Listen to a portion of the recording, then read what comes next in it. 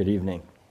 I want to talk to you tonight about travel, specifically about doing those things that make your life worth living and about seeing places that capture your imagination. I'd like to ask you for a moment if you've ever seen some magazine cover and been inspired to go to see the place on that cover, to perhaps meet its people, to taste the foods, to just take in the air of being there. This happened to me about 15 years ago. I was living with my brother, and I happened to find a copy of Smithsonian Magazine. And I looked at it, and on the cover were the centuries-old mountaintop Incan ruins of Machu Picchu in modern-day Peru. You may have seen the picture before. It's got we could imagine it in our eyes and create light. It's got the domed mountaintop in the back looking down at the terraced ruins below, and in the foreground is that ever-present, ubiquitous part of Peruvian culture, the alpaca. Well, I looked at this picture today, and much like many of you, I had seen many other pictures in the past, but something in my mind clicked that day, and I decided right then and there in that moment that I would go to Peru and I would see this fantastic place. I took the magazine and I went to talk to my brother, who was in the other room, and I showed him the cover, and I told him of my plans, and I invited him to come with me. And despite the fact that I worked a full-time job, 40 to 50 hours a week, putting myself through school as a non-traditional student, and despite the fact that, like many of you, I had bills and I had car payments and rent, within just 1 week, my brother and I had found time in our schedule, and we had started making plans, and we had bought tickets to go to see Peru. Now, I'm not here, though, tonight to talk to you about me or my brother or our trip to Peru or the 10 to 20 countries that I've managed to find my way to in the intervening years. What I am here to talk to you today about is the positive mental framework that made that and subsequent trips possible. And it's what I call a do-it-while-you-can mentality. And it has, at its heart, an adventurous spirit. Now, really, there are two do-it-while-you-can mentalities. The first one that you may have heard from friends or colleagues or coworkers is condescending and defeatist in nature. I don't know if you've ever thought about going on an epic adventure or going to do something amazing, and you've told people, and what they sometimes say to you is, yeah, well, do it while you can. And what they mean is do it while you're young, do it while you're irresponsible, do it before you have kids or before you get married. Basically, do it before you figure out what it is you really want to do with your life.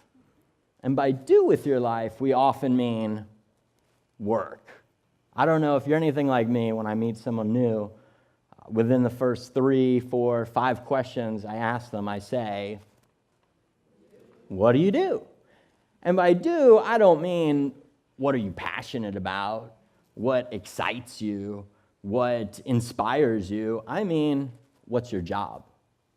And it's something that we're trained into. I mean, right here in college, we meet new people, and very often one of the first questions we ask is, what's your major? And then, once you find out psychology, biology, neuroscience, well, what are you going to do with that?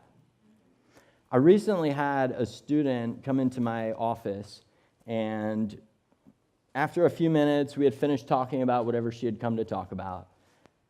And so I started asking her other questions about her interests and the other things that she was getting involved in at school and the people that she was meeting.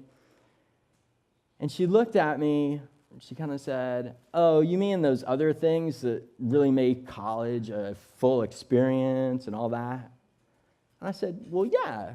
I mean, some people, even people who teach and staff members here, would argue that college is more than simply about accumulating credits and checking them off and writing papers and taking tests. And she said, no, I'm here to get through college. And I thought, whoa, okay, that's the next 4 years of your life. Well, but I'm game. I said, well, what are you going to do after you get through college? She said, well, I'm going to go to the Peace Corps. And I said, oh, that's going to be cool.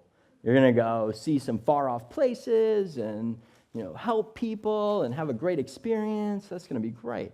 She said, no. Going to the Peace Corps is going to look really good on my resume. I said, oh, okay. But so after you get through college and then you get through the Peace Corps, then you're going to get this fantastic job that excites you and really fulfills you. No, I want a good job. And a good job is one that makes a lot of money. Exactly. And I sat there and I looked at her and I realized that this young, bright, dedicated young lady of 18 could very well have been some 60 or 70-year-old retiree. She was just getting ready to get through the next 4, 6, 10, 20, 30, 40 years of her life. So caught up in the business of getting through life that she was could very likely miss out on actually living life. Now, this young lady and all of us really were trained into this mode of thinking about life in this way. We're trained into a system of carrots and sticks, of rewards and punishments, that there's a new book called Drive by Daniel Pink, and Daniel Pink calls this system of rewards and punishments Motivation 2.0. This idea that by doing certain things, we earn certain rewards. If we fail to do other things, then we merit certain punishments. Well, he contrasts this with Motivation 1.0, which are those base desires for procreation, food, shelter. But he says, and I would agree with him, that humans are more complex than simply those base desires and earning rewards or punishments. And he says there's a third drive, what he calls Motivation 3.0, and that is the drive for something intrinsic. That's the drive to learn something new that may have no extrinsic benefit, that may not earn us money or accolades or fame. This third drive is centered in possibility, in creativity, in magic. And I don't mean here Harry Potter type of magic, like abracadabra. I mean more the magic of Santa Claus. I mean, have you ever been around kids? Kids live in this world of magic. I was recently walking down the street with my 4-year-old son, and I looked down and I saw a quarter on the ground. So I reached down and I picked it up, and I turned it over, and it was one of those 1976 bicentennial quarters, if you remember those. Well, when I was a kid, it had the little drummer boy on it. Very cool. Well, when I was a kid, we didn't have states quarters. We didn't have quarters commemorating this or that. So these quarters were really special. This was like a special event to get one of these quarters, and I wanted to share a little bit of that with my son. So I gave it to my son. I said, son, here you go. This is a special quarter. Well, and he said, well, Dad, what's special about it? And I had to think for a second. It's magical. I said, I couldn't come up with anything. Oh, well, what does it do? Now I had put myself in a bind. Luckily, I took out my dad cap, which is full of tricks, and I grabbed the quarter back from him, and I did, you know where I'm going with this, right?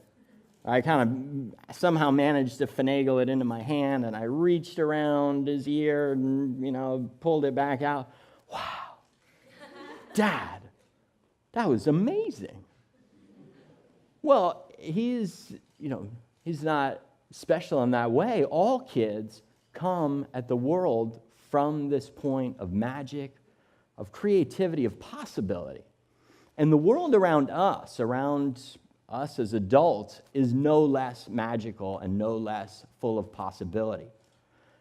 Look at your hands. Just take a look. Take one look right now with me, please, and look at your hand for a moment. Your hand functions and produces and does magical things without you even thinking about it consciously. Look at the world around us. We share this world, and I'm no scientist, but we share this world with giant sea creatures that live in lightless depths thousands of feet below the ocean's surface. That's crazy. Our very universe is full of so much creative potential that it is in many ways beyond the ability of our rational minds to comprehend it. Think about the idea of infinity. That should trip you out right there for a long time. What I'm talking about today, then, is reharnessing that idea of creativity, is coming back to that idea of possibility through what I call a do-it-while-you-can mentality. And at its heart, it has an adventurous spirit. And our adventurous spirit is nothing more than the desire to push the boundaries of our imagination, to experience new things, to see new places. Our adventurous spirit should take us to the witches' markets in La Paz, Bolivia, or it should take us on a little stroll across the Pont des Arts in Paris, France. It should take us to music festivals in Miami, or it should take us on a new route to school or work tomorrow morning. As long as your adventurous spirit takes you somewhere. Now, the trick of the traveler or the adventurer within each and every one of us is to return to that sense of magic, to return to that sense of possibility and creativity and exploration, and to focus not on what you do for a living, but on what you want to have done with your life. And then to let that adventurous spirit take us and lead us on those dream trips and allow them to become realities, to let that adventurous spirit take us to those places that inspire us, to, in essence, let our adventurous spirits allow us to do it while we can. Thank you.